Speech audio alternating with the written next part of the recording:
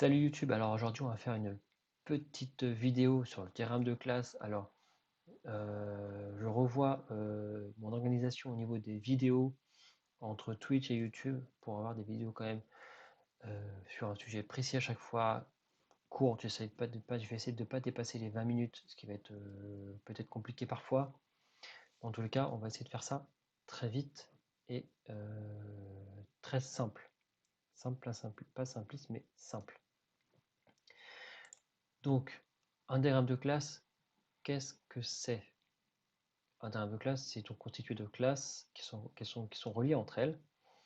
Et sur une classe, qu'est-ce que c'est? Une classe, c'est ça. Ici, c'est une classe. C'est constitué de trois parties. La première, ici, vous avez le nom.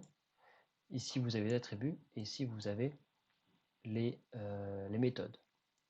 Alors, avec ça, qu'est-ce qu'il faut savoir? Alors, je vais... Ah non, ça marche pas là. Ça m'efface carrément l'image. Pas très bien ça. Alors, là, vous avez nommé votre classe, les attributs, comme j'ai les méthodes ici. Les méthodes, là, c'est à titre d'exemple, hein, j'en ai mis à titre d'exemple, c'est les méthodes les plus classiques, hein, create, show, date, delete. Mais normalement, on affiche surtout des méthodes qui vont nous servir principalement par rapport à la classe. Donc ça peut être calculer une taille, ça peut être calculer un âge. Par exemple, vous avez donc date de naissance, et vous voulez calculer l'âge de la personne. Donc vous n'allez pas mettre âge. Dans l'attribut, vous allez mettre date de naissance et vous allez avoir une propriété calculée grâce à votre méthode ici. Moi, ça peut être au niveau du projet. Pour savoir depuis combien de temps je l'ai fait. Si je trouve un...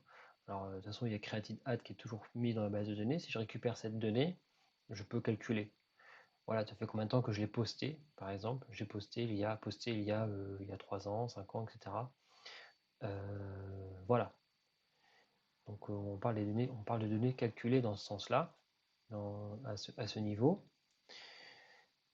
Alors, une fois qu'on sait ce que c'est qu'une classe, il faut maintenant faire du diagramme. Donc ici, par exemple, vous pouvez, étape 1, constituer, alors je ne sais plus si je l'ai, constituer ici toutes vos classes. 1, vous constituez vos classes, et 2, vous allez donc les relier entre elles. Alors, avant ça, on va revenir un peu sur les propriétés. On voit qu'ici, il y a des certaines, il y a certains, il y a des signes, on va dire. Ici, on voit qu'ils sont différents. Donc, je vous ai mis, alors ici, on peut voir, alors ça c'est pour mon cahier des charges. Moi, je répète tout le temps, je préfère rajouter les indications, que tout le monde puisse bien être, quand on lit mon cahier des charges, que tout le monde puisse comprendre ce que c'est. Donc là, on voit que c'est des propriétés privées.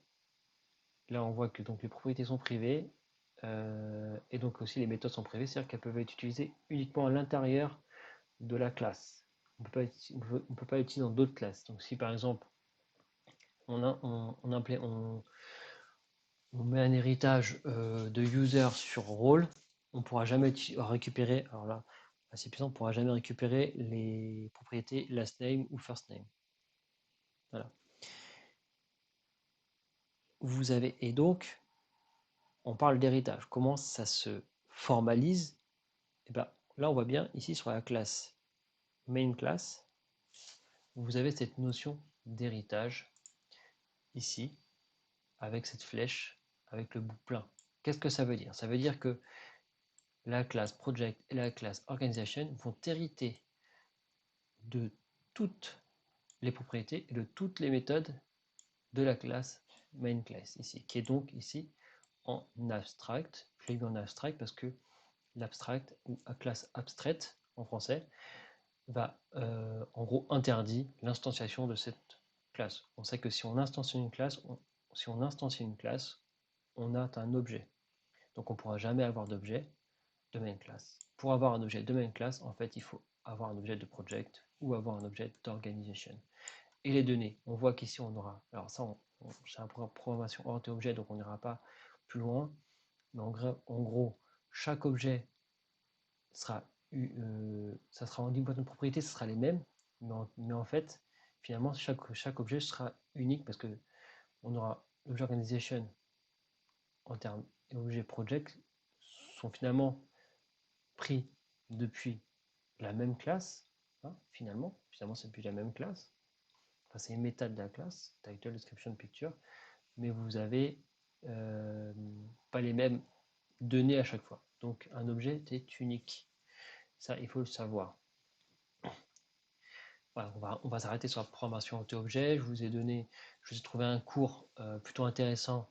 À vous de le lire parce que c'est quelque chose de très. Peut-être que je vous ferai une vidéo sur la programmation objet-objet. Orienté objet, je vous ferai un live Twitch. Comment je vais me renseigner, me cultiver, trouver des bons exemples pour vous sur cette notion, mais je vous ai mis un cours de millage, donc c'est pas un cours à mettre de côté. Voilà, donc on va revenir un peu sur notre diagramme de classe. Donc on peut, comme on dit, les relier.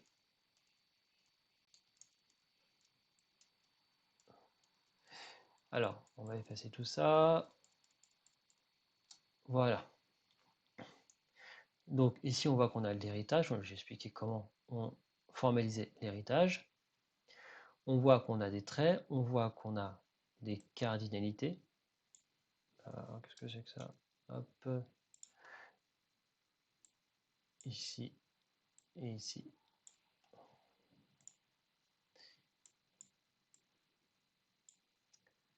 Hop, attendez, je reviens tout de suite. Peut-être que je couperai cette partie.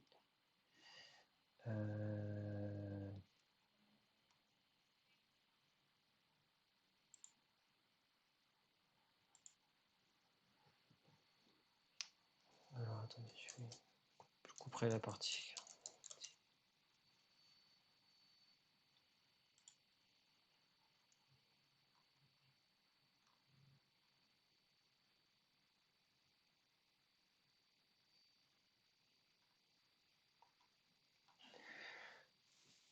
Donc, alors, à l'inverse de la méthode Meurice, alors là on utilise PlantUML, donc le langage UML pour constituer notre diagramme de classe UML. Là, ce qu'on dit, je vais prendre une autre couleur. Une autre couleur, quelque chose de foncé quand même. On dit que projet, ici, a minimum une organisation et maximum une organisation. C'est-à-dire qu'un projet, donc un site web par exemple, ça va être un projet. Le projet, ça va être par site. Imaginons, je l'ai fait pendant que j'étais en formation chez O'Clock. Donc l'organisation, ça va être O'Clock. Ok. Donc le projet va être relié à l'organisation O'Clock. D'accord. Imaginons, j'ai fait un projet en tant que contributeur sur GitHub. Je mettrai contributeur sur GitHub. Donc on regardera, là je mettrai peut-être title, contributeur, description, projet en collaboration, machin, depuis sur GitHub par exemple. Donc c'est-à-dire que là le projet ne peut pas ne pas être relié à une organisation. Là on voit qu'on a un 1 ici, minimum 1, maximum 1. Alors attendez, je vais essayer d'enlever quand même plein de choses. Est-ce que je peux... Voilà. Donc ici, on a un minimum. OK. Et ici, on a un maximum. Alors là, on définit la relation. Donc là, je dis que project appartient à une organisation. Et là, on voit que une organisation n'est pas forcément liée à un projet. Et une organisation peut être liée à plusieurs projets. Parce qu'effectivement, par exemple, durant ma formation chez O'Clock, j'ai pas fait qu'un seul projet. J'en ai fait plusieurs. Surtout que j'ai fait d'abord le DWWM que j'ai réussi. Donc la formation des 6 mois en tant que développeur web et web mobile. Et j'ai fait des projets au sein d'Oclock. À côté de ça, j'ai fait des projets tout seul pour m'entraîner sur différents points. Donc effectivement, l'organisation ici, peut être relié, peut être relié à plusieurs projets. Une petite toile, c'est dire plusieurs projets. Donc, organisation, là, c'est plutôt à plusieurs projets, donc, mais ça dépend. Donc là, j'ai défini par appartenir. Chacun appartient l'un à l'autre.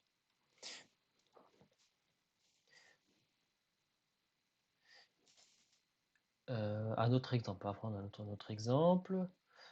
Là, on a rôle ici. Donc, il faut aller regarder toujours en face de l'autre classe. On dit que rôle a minimum un utilisateur et maximum X utilisateurs. Parce que ici, alors, là on voit j'ai défini mes rôles, je les ai écrits, parce qu'il n'y en aura que deux, c'est moi qui ai défini. Quand vous pouvez définir, vous pouvez les écrire. Quand vous êtes sûr et certain de ce qu'il y a à voir dans la colonne, bah, vous pouvez le définir avant, mais il faut vraiment être sûr et certain. Donc là on aura un rôle administrateur, un rôle user. Mais un utilisateur, demain, moi je veux permettre que je veux que les gens puissent se connecter, et donc ils auront un rôle utilisateur. Donc il y aura plusieurs personnes connectées qui auront le rôle utilisateur. Donc là, 1 et 0. Alors, 1 parce qu'en fait, finalement, il y aura, je veux au minimum que l'administrateur, il y en ait un, il faut forcément qu'il y ait un administrateur. Donc, un rôle doit avoir au minimum quelque chose. Puis oui, parce que vous ne pouvez pas prendre le rôle comme ça. Il faut forcément qu'il soit relié à un utilisateur. Ici, donc, alors attendez, je vais peut-être prendre une autre couleur pour l'autre côté. Je vais prendre celui-là. Alors, ici on a user. Donc on va regarder là.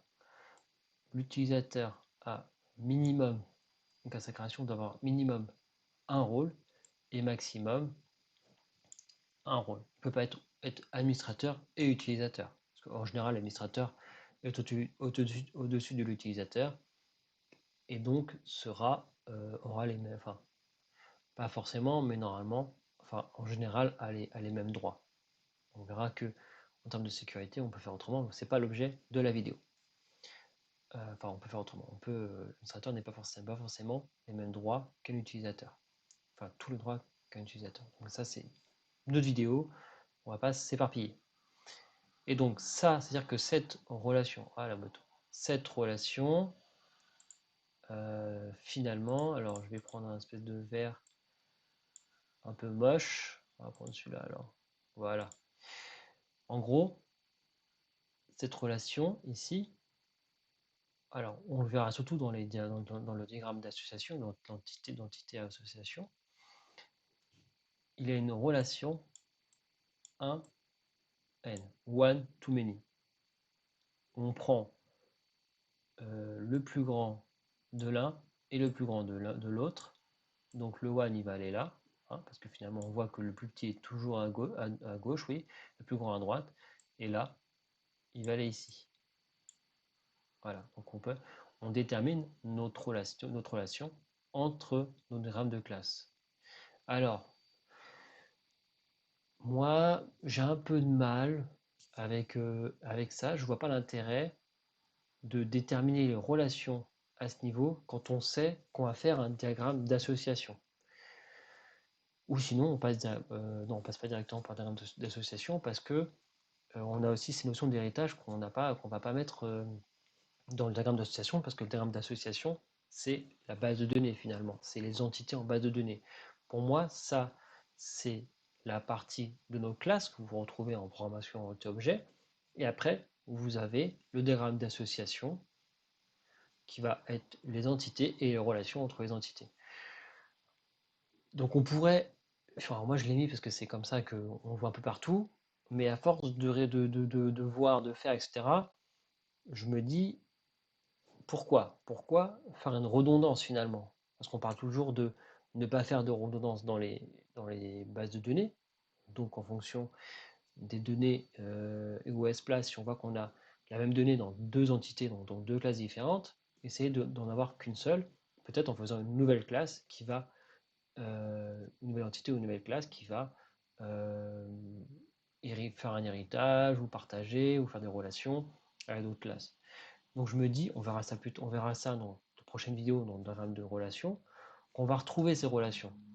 Donc on pourrait les enlever ici, on pourrait juste mettre des traits, on pourrait utiliser, donc par exemple sur Notion, alors je retourne sur ce que j'appelle le wiki des lives, hein, que je vous fais à chaque fois. Ici, l'UML, on a ici, alors vous verrez, hein, ça permet aussi des relations de diagramme de classe qui peuvent être définies comme ça. Je vous conseille d'aller creuser un peu ça. Mais bon, c'est une notion avancée. Déjà, si vous savez faire un diagramme comme celui-là, c'est déjà pas mal. Alors, ça fait déjà 18 minutes, donc on va essayer de réfléchir là. Est-ce qu'on a tout vu? Effectivement, on a tout vu. Je vous ai expliqué comment on fait une classe, hein. Donc la classe, c'est ça. On a vu les notions d'héritage, on a vu les notions d'abstract. Là, on a aussi une classe normale. Les classes abstraites qui veut dire pas d'instanciation, hein, ça c'est sûr. On a vu les attributs, on a vu les méthodes qui peuvent nous servir aussi donc à faire des propriétés calculées. On a vu qu'on pouvait définir la relation, on a vu qu'on pouvait écrire les cardinalités ici, qui sont là et là. Donc finalement, on a tout vu pour faire un diagramme de classe simple, hein. Là, c'est plutôt des, on va pas rentrer dans les détails, dans les difficultés, dans les choses un peu compliquées du diagramme de classe. Si vous savez déjà faire ça, ça va être compris par près tout le monde, tout le monde. Après, une fois que vous savez faire ça, vous pouvez monter un peu le niveau en allant, donc comme je vous ai montré tout à l'heure, en allant voir les relations de diagramme de classe pour faire des diagrammes un peu plus complexes. Mais en tous les cas, c'est peut-être pas nécessaire aujourd'hui. Donc voilà. N'hésitez pas à aller sur le wiki des lives que je vous mettrai comme d'habitude en, en description. Ce que je vous ai fait, donc toujours pareil, donc là c'est le lien vers comment dire l'article que je vous ai copié-collé ici, hein, parce que comme ça, si le lien n'existe plus, vous avez toujours l'article ici au minimum. Pour aller plus loin, comme toujours, donc là, vous avez le PDF qui parle du diagramme de classe et qui parle de programmation auto-objet. Donc vous pouvez le feuilleter. Il est peut-être un peu long, mais en tout cas, n'hésitez pas à le feuilleter. Là, c'est une espèce de TD de Paris, de l'Université de Paris 13. Donc pareil, hein, c'est pas non plus. Ici, c'est pas non plus des. Comment ça s'appelle? Des choses. C'est pas non plus des écoles au rabais, hein, c'est vraiment des bonnes écoles. Et je vous ai mis aussi ici pour aller plus loin, peut-être Open Classroom, le cours que j'ai fait. Alors moi je suis pas chez eux, mais je l'ai fait pour essayer de consolider mes connaissances. Ça peut être intéressant. Donc voilà, sur le diagramme de classe, j'espère que ça vous a plu. Mettez des commentaires si vous avez des questions, j'essaierai d'y répondre. N'hésitez pas à aller sur le wiki des lives pour approfondir, relire des choses, peut-être des choses que j'ai mal expliquées, peut-être que c'était pas compris comme assez bien. Mais en tout cas, vous avez toutes les notions ici pour creuser un peu le diagramme de classe. C'est pas possible de faire une vidéo de 15-20 minutes et de tout voir, donc n'hésitez pas à aller ici. Je sais que je vais couper quelques petits trucs au montage, donc j'espère qu'elle sera beaucoup moins longue que les 21 minutes que j'ai sous les yeux. Voilà, en tout cas, je vous souhaite une très bonne journée, une très bonne matinée, et je vous remercie de votre écoute.